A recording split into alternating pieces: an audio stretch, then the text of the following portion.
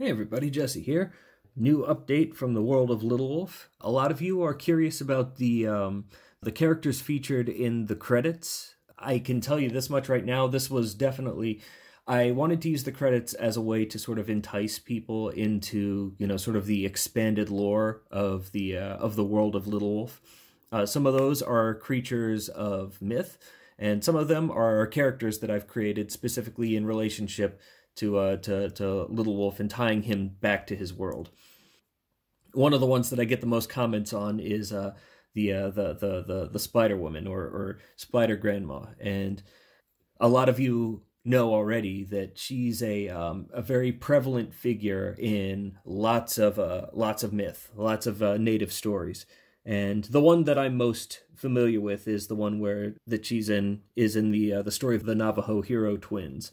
But in all cases, all the circumstances that I've seen for her, she always shows up as a benevolent figure. I mean, she's kind of like Q from James Bond, or she shows up and she helps people solve their problems. Very often with some sort of magical item that can help them take care of their problems. If you're looking at this from the monomyth standpoint, she very much is a character of supernatural aid. Sort of a Gandalf or an Obi-Wan Kenobi type character who represent wisdom and to help someone get where they need to go, that sort of stuff. And that's just a cool character in and of itself.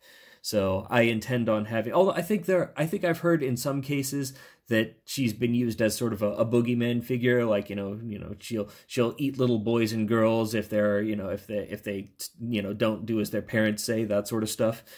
But by and large, all the stories that I've read, she's been a very positive figure, and that's definitely the direction that I'm portraying with Little Wolf. The horned serpents, these guys are going to be the big bads. I'm going to go ahead and spoil that for you right now. They are very prevalent in a lot of myth that I've seen. They span stories and tribes from the East Coast to the Mississippi.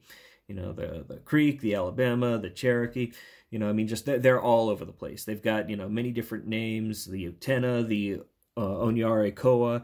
It's just like they're very well known, and the breadth of stories about them, they change. They're often portrayed as giant with horns like deer antlers, supposedly growing like the size of tree trunks, attacking canoes, drowning people. Sometimes they have magical powers, like like a gem in the middle of their forehead, which is extremely valuable and very magical. Sometimes they have poisonous breath, or they will poison rivers full of people, or even cause floods to flood entire villages. Sometimes they transform into humans, to sort of blend in with everyone else. So there's a whole slew of fun things to be had there with them as antagonists. And I'm definitely going to move in that direction because why wouldn't you? That's super cool. So the characters. Let's go ahead and talk about some of the characters that you see in the credits.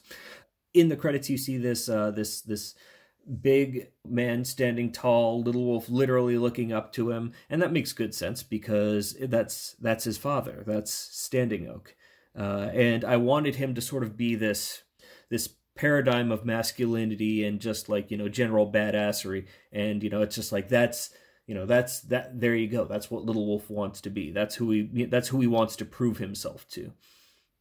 And so, he will definitely be a highly influential figure on Little Wolf's journey to prove himself.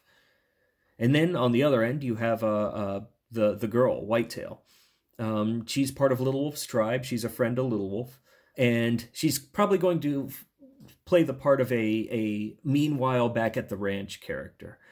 That seems a little bit belittling. It seems like but again, I need to demonstrate that Little Wolf still has ties to his village and sort of what he's fighting for. And that I think that would best be done through the eyes of Whitetail. And she's going to have adventures of her own where she's going to be the one who actually uncovers the threat of the horned serpents and their designs on the surface world.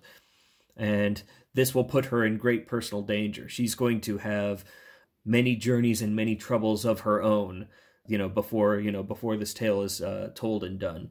So there's going to be lots of fun. There are a lot more characters and worlds to uncover, but that's all I wanted to cover for today. So thanks for listening, and I'll see you soon.